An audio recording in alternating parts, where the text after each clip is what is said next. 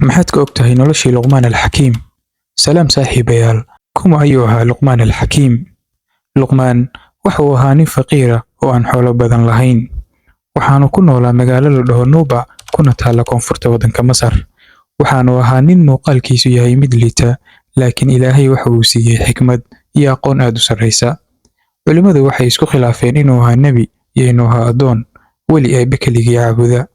waxayna culimadu u badan yihiin in Luqmaan ahaa addoon wanaagsan, waxaana lagu naanaysaa Luqmaan al-Xakiim.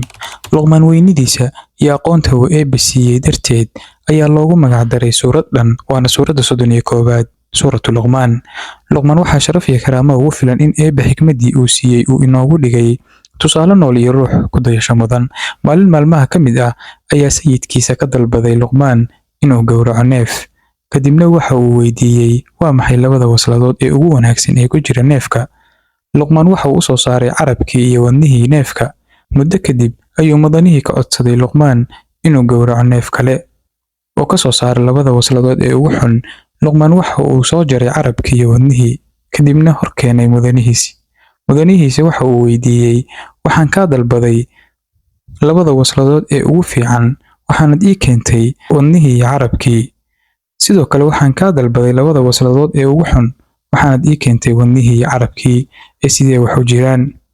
Luqmaan waxa uu ku yidhi waa labada wasladood ee ugu fiican waa haddii ay wanaagsanaadaan, waana kuwa ugu xun haddii ay xumaadaan. Luqmaan, Eebbe waxa uu siiyey xikmad iyo garasho aad u sarreysa. Luqmaan hadalkiisa muu badnayn, marka uu hadlana wax khayr iyo xikmad ku dheehan tahay buu ku hadli jiray.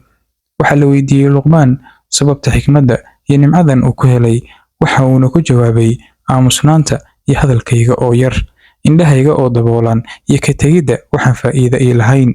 Luqmaan isaga oo wiilkiisa la dardaarmaya ayuu yidhi, يا بني أقم الصلاة وأمر بالمعروف وانهى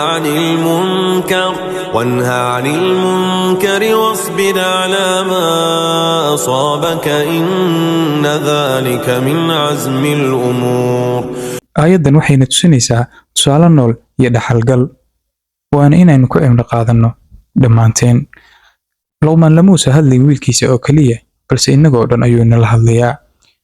Luqmaan waxaa ka mid ah orahyadii caanka ahaa ee laga hayo waa inaad xasuusataa geerida iyo inay dunidu tahay meel ku meel gaar ah oo aad mar uun ka tegaysid.